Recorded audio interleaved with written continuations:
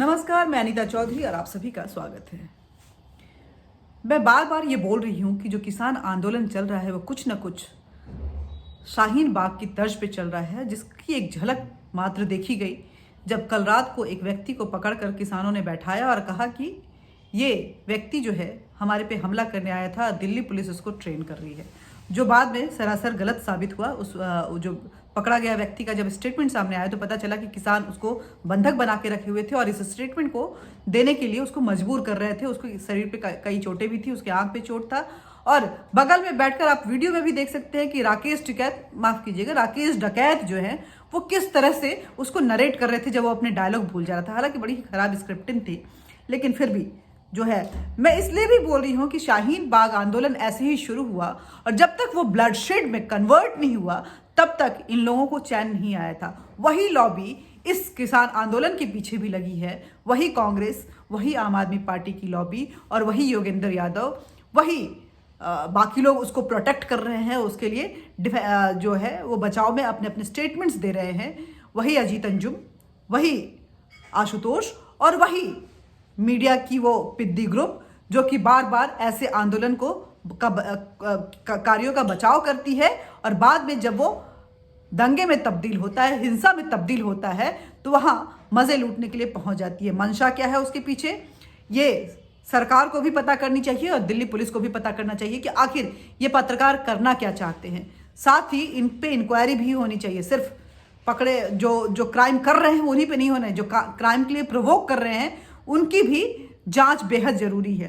तो मैं आपको बताती हूँ कि जो क्राइम लोकेशन जो खजूरी खास में जो दंगा हुआ था करावल नगर में, जो क्राइम लोकेशन पे जिस तरह की चीजें हुई थी, कुछ उसी तरह की जो घटनाएं हैं, जो कुछ उसी तरह की जो तैयारियां हैं वो हमें इस आंदोलन में भी देखने को मिल रहा है। आपको बता दें कि गणतंत्र दिवस जब दिल्ली दंगा हुआ था उस वक्त में मंशा ये थी कि डोनाल्ड ट्रंप जो उस वक्त के राष्ट्रपति थे वो देश में आए हुए थे, भारत आए हुए थे, दिल्ली में थे वो, और उस वक्त में उनकी यही मंशा थी कि ट्रंप की निगाहें जो हैं इस पे पड़नी चाहिए और पूरे विश्व में हंगामा मचना चाहिए, भारत का नाम खराब होना चाहिए। कुछ इसी तरह की मंशा इसमें भी हो रहा है। सरकार प्रपोजल पे प्रपोजल दिए जा रही है, मगर ये इन किसानों को, सो कॉल्ड किसान इनको कहेंगे, ये किसान नेता नहीं है, हम सभी जानते हैं, ये बिचौलिए हैं, जो मंडी के दलाल होते हैं वो हैं, जो राजनीतिक दलालों के साथ मिलकर अपनी रोटियां सेकने की कोशिश कर रहे हैं। सरकार इनको हर भरसक प्रपोजल दे रही है, सब हर हद तक जाकर झुककर इनसे बात करने को तैयार हुई है। और जब आखिरी बातचीत हुई, 11वें दौर की बातचीत हुई, वो तो सरकार ने अपने आप को बिल्कुल गिरा दिया कि आपके लिए हम ये भी करने को तैयार हैं, लेकिन ये नहीं माने, क्योंकि मंशा है विरोध करना इस कानून का नहीं, बल्कि जो इस वक्त की सरकार है, नरेंद्र मोदी सरकार, खासकर प्रधानमंत्री नरेंद्र मोदी का विरोध करना है और भारत का जो मस्तक है वो विश्व के सामने नीचे झुकाना है। 26 जनवरी आ रहा है, आपको बता दूं कि 26 जनवरी वो दिन है जिस दिन से हमारे संविधान को इस देश में जो है उसको लागू उसका पदार्पण हुआ था, उसको लागू किया गया था। इस देश में को गणतंत्र जो राज्य का दर्जा दिया गया था वो संविधान के जरिए दिया गया था। गणतंत्रता दिवस हम मनाते हैं। गणतंत्रता दिवस हमारे लिए इसलिए भी खास हो जाता है कि पूरे विश्व की निगाहें इस गणतंत्र दिवस पे रहती है, क्योंकि इस दिन हमारा शक्ति प्रदर्शन होता है। राजपथ पर भारत की क्या शक्ति है वो बड़े शान शौकत के साथ निकलती है। सेना का हर वो वेपन, हर वो जो असिस्टमेंट है वो आपको राजपथ पे चलता हुआ बड़े बड़े शान के साथ दिखता है। जब पूरा देश अपने आप को गौरवान्वित महसूस करता है, उसको लगता है कि मेरा भारत कितनी पूरी तैयारी, कितना मजबूत है, मेरी सेना कितनी मजबूत है, मेरी सरकार कितनी मजबूत है, इसको महसूस करता है पूरा भारत। और पूरा विश्व इसलिए देखता है कि आखिर भारत की ताकत इस बार किस हद तक ऊंचा हुआ है, क्योंकि हर बार नए वेपन को लॉन्च किया जाता है इस राजपथ पे। जब वो चलता है, जैसे इस बार राफेल रहेगा, तो और वो विश्व देख के वो अपने आप को आंकते हैं कि आखिर हमको भारत से किस तरह से रिश्ते बनाने हैं। तो बहुत अहम दिन होता है वो। लेकिन ये जो किसान आंदोलन है, ये जो किसान है, इसको डिस्टर्ब करना चाहते हैं, भारत की शक्ति को बर्बाद करना चाहते हैं, लोगों को ये बताना चाहते हैं कि भारत भले ही कितना शक्तिशाली हो गया हो, लेकिन हम जो अंदर में बैठे हुए कुछ लोग हैं वो भारत को कमजोर करने के लिए बहुत ही काफी है, माकूल है। इसलिए आप हमसे अपने रिश्ते बना सकते हैं अगर आपको भारत से कोई क्षति पहुंचानी है। कुछ जो तैयारियां करावल नगर में हुई थी, कुछ उसी तरह की तैयारियां हमें दिखाई दे रही हैं वहां पे। जो जो किसान आंदोलन को लेकर के जो टीकरी बॉर्डर है, सिंगू बॉर्डर है और गाजीपुर बॉर्डर है, वहां पे भी जो ट्रैक्टर है बख्तरबंद ट्रैक्टर बनाए जा रहे हैं बड़ी तैयारियों के साथ। उसके आगे लोहे लगाए दिए गए हैं, उनके ऊपर जो पॉइंटेड जो रॉड्स हैं वो लगे हुए हैं। हमने देखा कुछ दिन पहले ही एक वीडियो आया था जो असला बारूद जो है वो उनके यहाँ नजर आया था।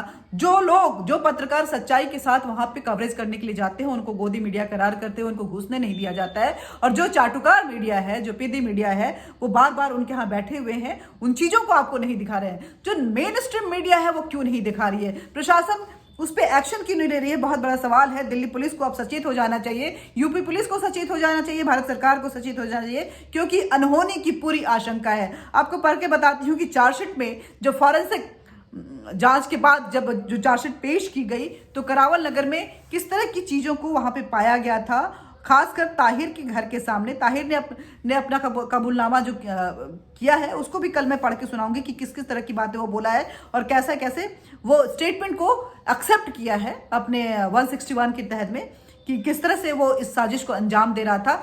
खालिद सैफी की भी बात करूंगी, उमर खालिद की भी बात करूंगी, बारी बारी से करूंगी। लेकिन आज हम तैयारियों की बात करते हैं और कंपेयर करते हैं कि करावल नगर की जो फरवरी 2020 में जो दंगा हुआ दिल्ली में, उसके जैसा ही ये जो तैयारी है कि नहीं है। कुछ उसी तर्ज पे ये जो आंदोलन है वो जा रहा है कि नहीं जा रहा है। तो दिल्ली पुलिस की चार्जशीट में लिखा गया है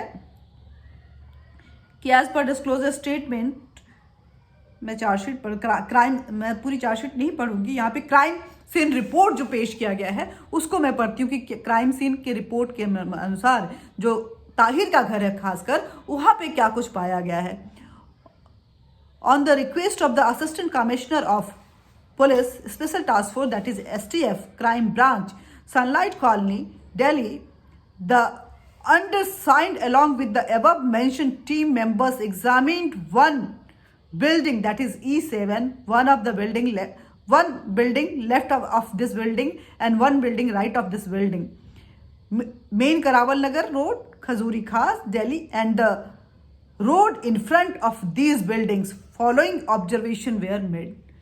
जो ताहिर का घर था E7, उसके दाएं वाली बिल्डिंग को भी जांचा गया, उसकी बाएं वाली बिल्डिंग को भी जांचा गया और सामने जो रोड्स थे उसकी भी तहकीकात की गई। और उसकी तहकीकात के बिना पर जो SFL रिपोर्ट जो है वो पाया गया वो कुछ इस तरह से था।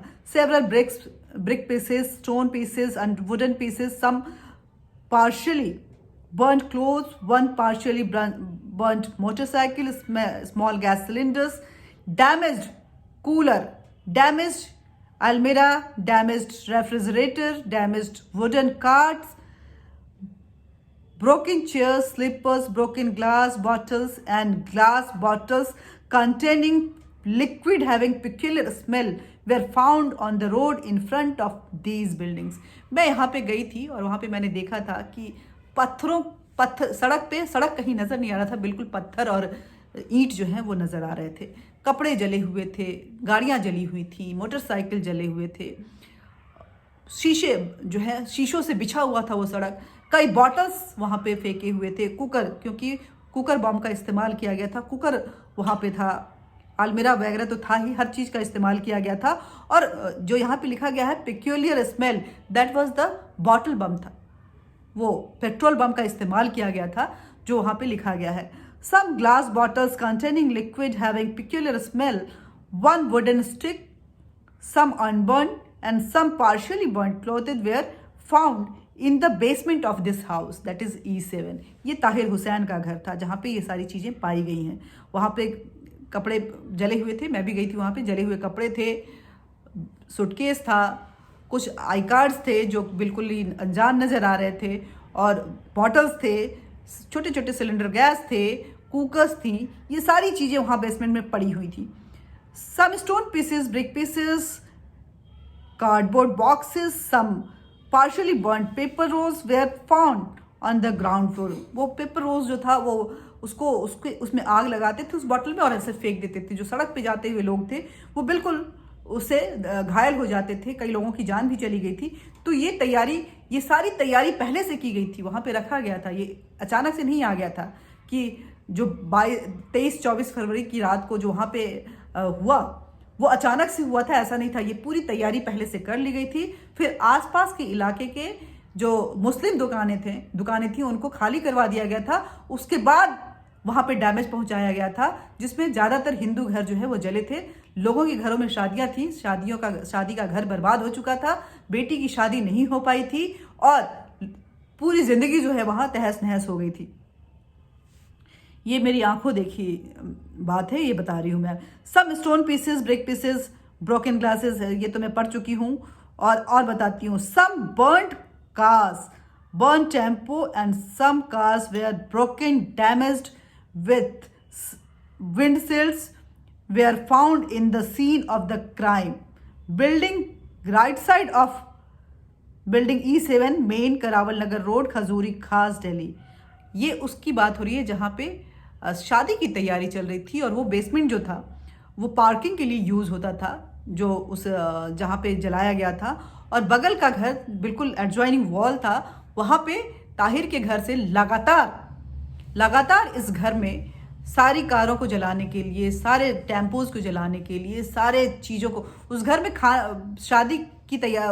शादी के लिए उसके ऊपर के फ्लोर को रेंट पे लिया गया था और वहाँ पे मिठाइयाँ बन रही थी, खाने बन रहे थे, वो सारा बर्बाद हो चुका था, पूरी दीवार नष्ट हो चुकी थी।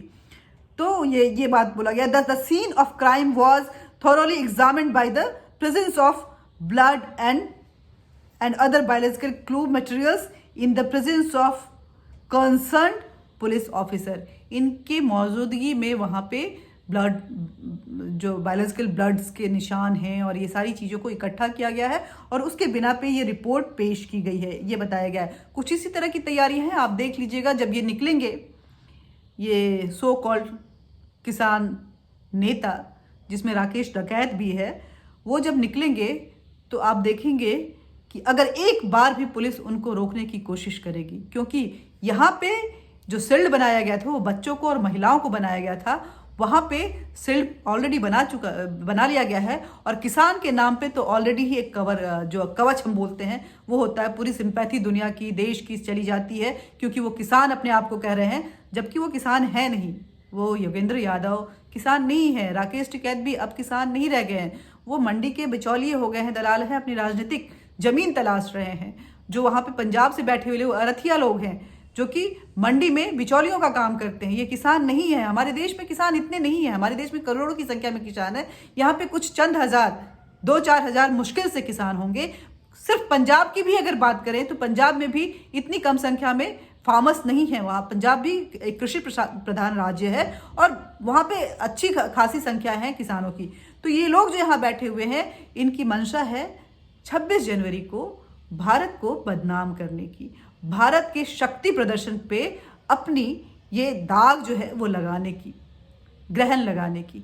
ऐसे में एक गुजारिश है दिल्ली पुलिस से, यूपी पुलिस से कि जांच पड़ताल शुरू कर देनी चाहिए। अनहोनी की आशंका है, आप रोकने की कोशिश करेंगे, ये रुकेंगे नहीं, और नहीं रुकने के लिए तैयारियां भी ज़बरदस्त कर ली गई हैं। और अगर ये नहीं करते हैं और वाटर कैनन या लाठीचार्ज करते हैं तो आपकी बदनामी होगी। उसके बाद जो स्टेटमेंट आएगा का बॉम्बार्डिंग होगा सभी जो वो सो कॉल्ड जर्नलिस्ट हैं उनकी तरफ से, वो बहुत ही भयानक होगा और कहीं ना कहीं विदेशी मीडिया को मैनेज किया जाएगा और वहां से एक प्रेशर क्रिएट करने की कोशिश की जाएगी।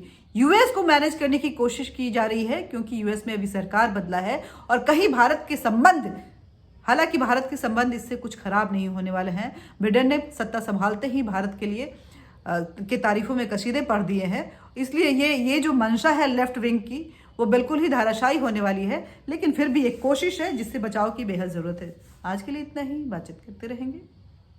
नमस्कार।